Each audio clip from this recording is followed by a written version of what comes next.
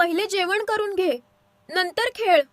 नाही, मला नाही खायचं. नमस्कार. मला माझ्या आत्ता या फोन अनुभवाच्या पाहिजे. विशेष भागात खूप खूप स्वागत. मी अर्चना. आज आपण अशा एका विषयावर बोलणार आहोत जो आजकाल अक्षरशः प्रत्येक घरातलं डोकेदुखीचा विषय बनलाय. तो म्हणजे जेवणाच्या वेळेचा संघर्ष आणि मुलांचं स्क्रीनचं व्यसन. आपण सगळेच रोज कुठेतरी हरतोय ना त्या छोट्याशा स्क्रीनसमोर. पण काळजी करू नका, हे 100% बदलता येतं. मी स्वतः माझ्या 7 वर्षांच्या मुलासोबत प्रणवसोबत हा बदल अनुभवलाय. सकाळी उठल्यापासून ते जेवणाच्या घासापर्यंत त्याला फोन लागायचाच.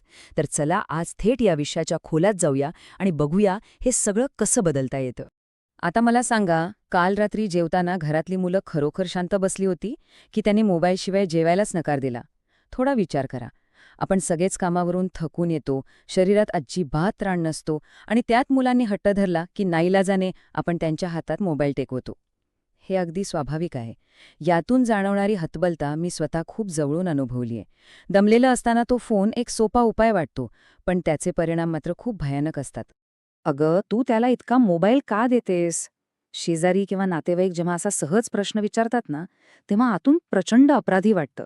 अगदी स्वतःचीच लाज वाटायला लागते. प्रणव जेव्हा 7 वर्षांचा होता ना, तेव्हा तो मोबाईलसाठी रोज अक्षरशः जमिनीवर लोळून रडायचा. तो रडायला लागला की हतबलतेने माझ्या डोळ्यात पाणी यायचं. एक आई म्हणून मी कुठेतरी कमी पडते का हा विचार मनाला खाऊन टाकायचा. बाहेरच्या लोकांचे टोमणे आणि घरातला तोच तोच संघर्ष. एकदम कोंडी झाली होती माझी. पण एका रात्री असं काही घडलं ज्याने सगळंच बदलून टाकलं. तो माझ्यासाठी एक ब्रेकिंग पॉइंट होता. प्रणव जेवायला बसला होता. ताटात गरम डाळ, भात आणि भाजी होती. नेहमीप्रमाणे तो म्हणाला, आई यूट्यूब सुरू कर. पण त्या दिवशी मी अत्यंत ठामपणे नाही म्हटलं. आणि त्यानंतर जे घडलं ते खरंच धक्कादायक होतं. रागाच्या भरात त्याने ते जेवणाचं ताट उचललं आणि सपक्कन आपटलं. गरम डाळ सगळीकडे सांडली आणि तो रडत दुसऱ्या खोलीत निघून गेला. मी तिथेच त्या सांडलेल्या अन्नाकडे बघत स्तब्ध बसून राहिले. डोळ्यातून पाणी वाहत होतं आणि त्याच क्षणी ठरवलं, आपण अत्यंत चुकीच्या ट्रॅकवर आहोत. आता काहीतरी कठोर पाऊल उचलावंच लागेल. इथूनच खऱ्या बदलाला सुरुवात झाली. सर्वात आधी म्हणजे स्वतःला दोष देणं थांबवून यामागचं सायन्स समजून घेण्याची वेळ आली होती. आपण अनेकदा म्हणतो की मुलं खूप लाडावलीत म्हणून असा हट्ट करतात. पण हे पूर्णपणे चुकीचं आहे बरं का. मुलं मुद्दाम असा त्रास देत नाहीत, तर त्यांचा मेंदू फक्त तशी प्रतिक्रिया देत असतो ज्याची त्याला सवय लावली गेली आहे. चला तर मग यामागचं खरं विज्ञान काय आहे ते अगदी सोप्या भाषेत समजून घेऊया. तर सगळा खेळ आहे या डोपामिन नावाच्या रसायनाचा. हा एक अदृश्य असा सापळाच आहे. मोबाईल स्क्रीनवरचे ते वेगाने बदलणारे रंग आणि आवाज मुलांच्या मेंदूमध्ये डोपामिन तयार करतात.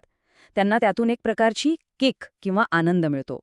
पण जेव्हा आपण अचानक त्यांच्या हातातून तो मोबाईल काढून घेतो ना, तेव्हा हे रसायन मिळणं एकदम थांबतं आणि यामुळे त्यांच्यात एक तीव्र, अस्वस्थ करणारी ओढ निर्माण होते.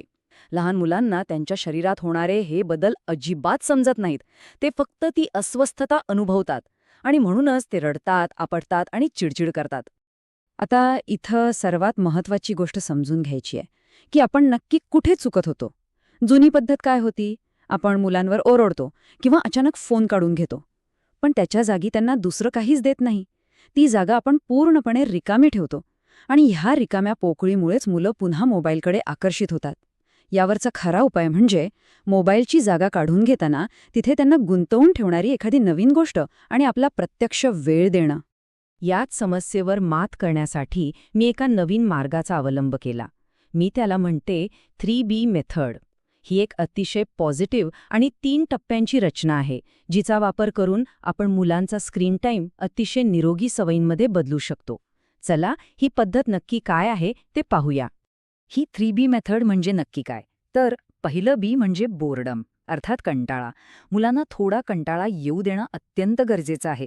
सतत काहीतरी समोर असण्यापेक्षा जेव्हा त्यांना कंटाळा येतो ना, तेव्हाच त्यांच्या कल्पनाशक्तीला खरीच चालना मिळते.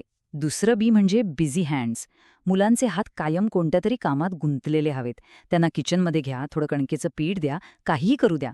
आणि तिसरं, सर्वात महत्त्वाचं बी म्हणजे बॉन्डिंग. दिवसातली फक्त 20 मिनिटं कोणतंही दुसरं काम न करता आपला मोबाईल बाजूला ठेवून पूर्णपणे मुलांसोबत घालवा.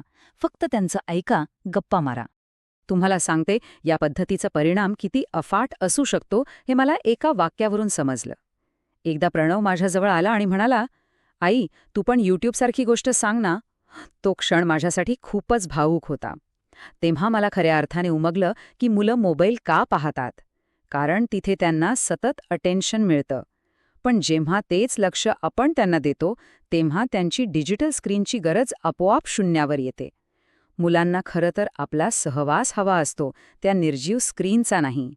पण हे सगळं करताना एक अतिशय कटू सत्य आपल्याला पचवावं लागेल. जर तुम्हाला वाटत असेल की मुलांनी मोबाईल पाहू नयेत, तर आधी आपल्याला स्वतःचा मोबाईल बाजूला ठेवावा लागेल. मुलं हे उत्तम कॉपीकॅट्स असतात. जर आपल्याच हातात 24 तास फोन असेल, तर आपण त्यांना तो न वापरण्याचं महत्त्व कसं काय सांगणार? त्यामुळे हा बदल आधी आपल्यापासून. आणि याच विचारातून आम्ही आमच्या कुटुंबासाठी एक नवीन कडक नियम लागू केला. मी त्याला सॅटर्डे रूल म्हणते. ही एक अतिशय कडक पण तितकीच मनाला समाधान देणारी गोष्ट आहे. या एका नियमाने आमच्या घरातला हरवलेला संवाद खऱ्या अर्थाने पुन्हा जिवंत केला. हा नियम एकदम सोपा आहे. शनिवारी संध्याकाळी 7 वाजले की घरातले सर्व मोबाईल फोन बंद, टीव्ही सुद्धा बंद. मी माझा फोन बंद करते आणि घरातले बाकीचे सगळेही आपापले फोन लांब ठेवतात. या वेळेत आम्ही फक्त एकत्र बसून पत्ते किंवा बोर्ड गेम्स खेळतो, भरपूर गप्पा मारतो. खरं सांगायचं तर पहिला शनिवार खूपच भयंकर गेला. सवयीमुळे हात सतत फोनकडे जात होता, अस्वस्थ वाटत होतं. पण दुसरा शनिवार थोडा सोपा वाटला आणि त्यानंतर मात्र आम्हाला याची खूप छान सवय लागली. तिसऱ्या शनिवारचा तो प्रसंग मी आयुष्यात कधीच विसरू शकणार नाही. संध्याकाळ झाली होती आणि अचानक प्रणव स्वतःहून माझ्याकडे आला आणि म्हणाला, "आई, आपण आज कॅरम खेळूया का?" तो एका वाक्याचा प्रश्न माझ्यासाठी आणि आमच्या संपूर्ण कुटुंबासाठी खूप मोठा विजय होता. जो मुलगा मोबाईलशिवाय जेवत नसे, त्याने स्वतःहून कुटुंबासोबत खेळण्याची निवड केली होती. तेव्हा मला खात्री पटली की आपण जिंकतोय. आता तुम्हाला प्रश्न पडला असेल की हे ऐकायला छान वाटतंय, पण सुरुवात कशी करायची? म्हणूनच मी तुमच्यासाठी एक 3 डे प्लॅन घेऊन आली आहे. हा असा प्लॅन आहे जो तुम्ही आतापासून लागू करू शकता. या व्यसनाच्या दुष्टचक्रातून बाहेर पडण्यासाठी हे पहिले 3 दिवस खूप महत्त्वाचे आहेत. तर हा प्लॅन कसा काम करतो ते बघा. सलग 3 दिवस मोबाईल पूर्णपणे बंद. पहिला दिवस अत्यंत कठीण असेल, खूप रडारड होईल, मुलं प्रचंड विरोध करतील, पण आपल्याला अजिबात झुकायचं नाहीये. दुसऱ्या दिवशी तुम्हाला त्यांच्या वागण्यात थोडी शांतता दिसेल. ते चिडचिड करतील, पण परिस्थिती स्वीकारायला लागतील. आणि तिसऱ्या दिवशी मात्र तुम्हाला एक अतिशय पॉझिटिव्ह आणि स्पष्ट बदल जाणवेल. फक्त या काळात मोबाईलच्या जागी त्यांना इतर खेळांमध्ये गुंतवून ठेवणं खूप महत्त्वाचं आहे. आणि हो, या संपूर्ण प्रक्रियेत सर्वात महत्त्वाची गोष्ट, स्वतःला गिल्ट देणं थांबवा. आपण सगळेच थकतो. दिवसभर काम करून दमल्यावर तो फोन मुलांना शांत बसवण्याचा एक सोपा उपाय वाटतो. हे अगदी नॉर्मल आहे, प्रत्येक पालकासोबत होतं. त्यामुळे भूतकाळात जे झालं त्यासाठी स्वतःला खात बसू नका. चांगली गोष्ट ही आहे की योग्य पाऊल उचलण्यासाठी कधीही उशीर झालेला नसतो. आपण आत्ता ह्या क्षणी बदल घडवू शकतो. म्हणूनच आज एक अगदी छोटंसं पाऊल उचलून बघा. मोठे संकल्प करू नका. आज फक्त मुलांना तुमच्यासोबत किचनमध्ये घ्या. त्यांना मळलेलं पीठ द्या, वाटल्यास थोडा पसारा होऊ द्या, पण त्यांच्या हातांना कामात गुंतवा. डिजिटल स्क्रीनपासून दूर राहून स्वतःच्या हाताने काहीतरी बनवण्यात त्यांना जो आनंद मिळेल ना, तो बघण्यासारखा असेल. हा एक छोटासा बदल उद्याच्या मोठ्या बदलाची सुरुवात असू शकतो. शेवटी मला इतकंच सांगायचंय की पालकत्वाचा हा अवघड प्रवास आपण एकट्याने करण्याची अजिबात गरज नाही. तुमचे अनुभव, तुमचे प्रश्न आणि हे छोटे बदल करताना तुम्हाला आलेलं यश नक्की कमेंट्समध्ये शेअर करा. जर माझा हा अनुभव तुम्हाला उपयोगी वाटला असेल तर स्मार्ट आई बालसंस्कार या चॅनलला नक्की सबस्क्राईब करा. मी दर आठवड्याला असेच खऱ्या आयुष्यातील अनुभव तुमच्यासाठी घेऊन येत राहीन. चला तर मग मुलांचं ते हरवलेलं बालपण त्या छोट्या स्क्रीनकडून परत मिळवूया. पण जाता जाता स्वतःला एक प्रश्न नक्की विचारा. जर आज आपण तो निर्जीव फोन बाजूला ठेवला नाही, तर उद्या आपली मुलं खरोखर आपल्याशी मनापासून संवाद साधतील का? विचार नक्की करा. धन्यवाद.